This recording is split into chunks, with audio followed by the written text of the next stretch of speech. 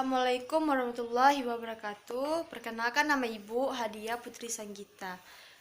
Nah, Ibu dari Priyodi Piaud.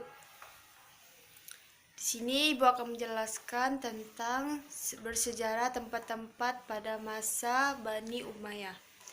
Nah, yang pertama itu tempat yang bersejarah pada masa Bani Umayyah itu pada awal dinasti Abbasiyah. Segala hal yang berkaitan dengan seni hanya merupakan warisan dari dinasti Umayyah. Akan tetapi pada masa berikutnya, seni dan arsitektur yang berkembang pada masa dinasti Umayyah Abbasiyah telah mengalami evolusi dan mensistematisir gagasan Umayyah. Desain melambangkan otoritas kerajaan dengan memadukan benda-benda yang diambil dari rentuhan istana Sanania, termasuk di dalamnya pintu gerbang besi kota Al-Wasit yang dirampas sebuah kampung di Sasanawiyah. Dalam masa Daulah Abbasiyah, seni mengalami perubahan besar sesuai dengan perubahan umat dari kehidupan desa yang sederhana ke kehidupan kota yang mewah. Seni ukir di zaman Daulah Abbasiyah telah berkembang secara pesat. Hal ini antara lain dapat dilihat pada rubah 4 yang dibangun pada pemerintah Khalifah Mansur di atas 4 buah gerbang pintu masuk kota Baghdad. Pada waktu Al-Mansur menjadi khalifah, dibangun sebuah kota baru antara Sungai Tigris dengan Sungai Furat di Baghdad. Arsitektur kota baru ini dipercayakan kepada Hajjaj bin Arfad dan Aman bin Wadhad.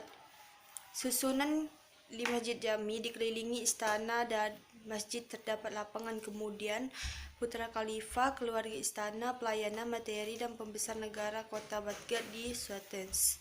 Sebelah timur Sungai Tigris dan Aki Selatan masih terdapat disaksikan hingga saat kini, yaitu Istana Baghdad, Samara, Ukadir, pintu gerbang rakyat di Baghdad. Karakteristik seni arsitektur Arab Islam. Ketika terjadinya perjumpaan budaya Arab dan Islam, maka terjadi Arab memiliki hubungan internal yang relatif kecil dengan Islam, termasuk konferensi budaya alami. Persia di dalam budaya Islam secara perlahan asimilasi mulai terbentuk hingga terwujud suatu peradaban batu yang umum di kawasan Mediterania Timur dan Iran. Islam mengembangkan unsur-unsur nasionalnya saja. Ia telah menjadi universal sehingga bisa disebut negara universal Islam. Identitas nasional di negeri-negeri Muslim mengandung unsur pencampuran. Islam menjadi agama yang sangat penting. Masyarakat cenderung mereduksi Islam menjadi agama adat kolektif dan lebih sekedar agama pencarian dan komitmen individual. Secara umum, ketika terjadi perjumpaan budaya Islam dengan budaya manapun sehingga bersama-sama memperlihatkan hasil interaksi, ubahan konsep-konsep Islam disesuaikan dengan budaya lokal. Apabila ini sebagai Islam dapat dikonteks budaya lokal pada umumnya, aspek budaya material khususnya dalam hubungan antar manusia, masyarakat dan lingkungannya.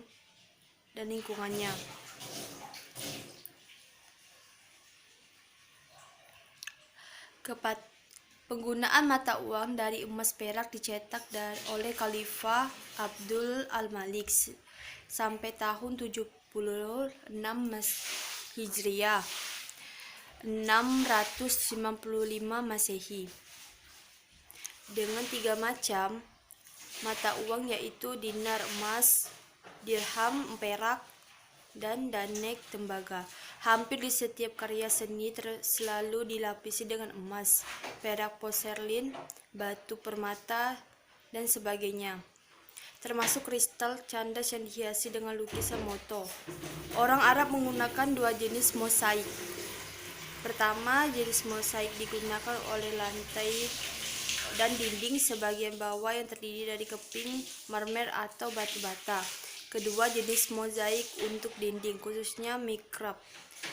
Warna yang digunakan untuk berbentuk mozaik, setiap warna terdiri di atas 3 penekanan yang dapat membedakan antara warna cerah dan warna gelap. Dalam pembangunan komitmen digunakan lengkungan bertitik pointed dan lengkungan north. Sementara dalam bangunan semacam alat penyangga lilin di puncak bangun menara kepala gergaji, ujung gergaji yang berbentuk gerigi sebagian disebut dengan bagian dinding puncak yang sangat lunak dan terbuka.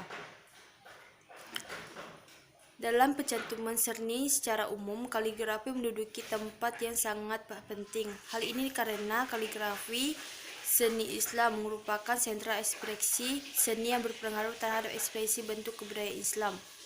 Keistimewaan kaligrafi juga terlihat terutama karena ia merupakan karya dari masyarakat tradisi Islam, tradisi yang tulis bahkan sanggup menjadi pionir untuk menampilkan huruf-huruf indah yang tidak dimiliki huruf lain.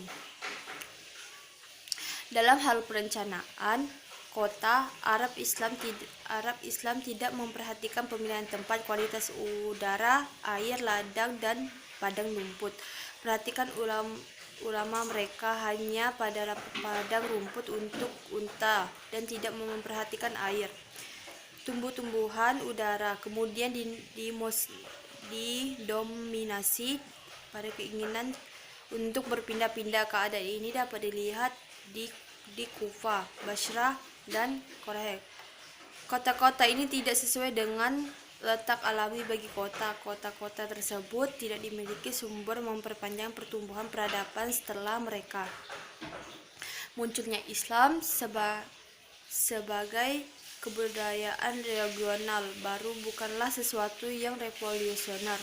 Bahkan munculnya Islam dan memperluas kekuasaan Arab yang memperkenal tradisi baru yang kemudian sangat menentukan pada situasi kultural yang terdapat bersifat sementara superficial dari perspektif peradaban yang lebih tua komunitas minoritas. Dan penggunaan orang Arab menggunakan dua jenis mozaik. Pertama, mozaik digunakan untuk lantai dinding. Dalam kreasi keramik banyak diproduksi oleh orang Irak dan Mesir.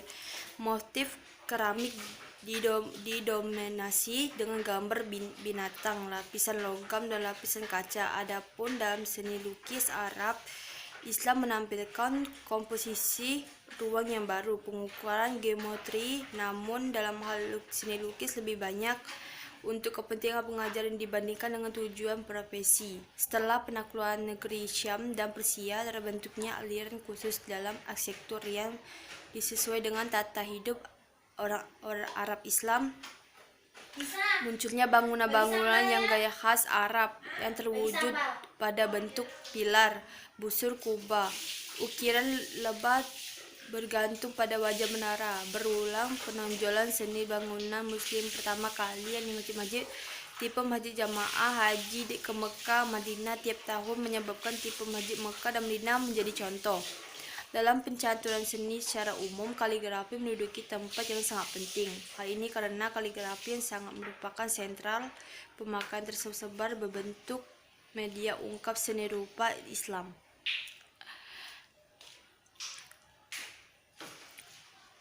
Arab tidak akrab dengan kerajinan tangan termasuk sebelum Islam. Hanya sedikit bangunan gedung pada masa Islam, lebih banyak bangunan-bangunan bangsa lain yang ditaklukkan. Kondisi ini diawali dari pembangunan tanpa tujuan, pengaruh Islam dan cermatan hal-hal semacam kemudian pudar, kedaulatan, kemewahan beralih menguasai orang-orang Arab, kemudian pekerjaan bangsa Persia dan dari merampas bangunan mereka. Sekian dari presentasi Ibu. Assalamualaikum warahmatullahi wabarakatuh.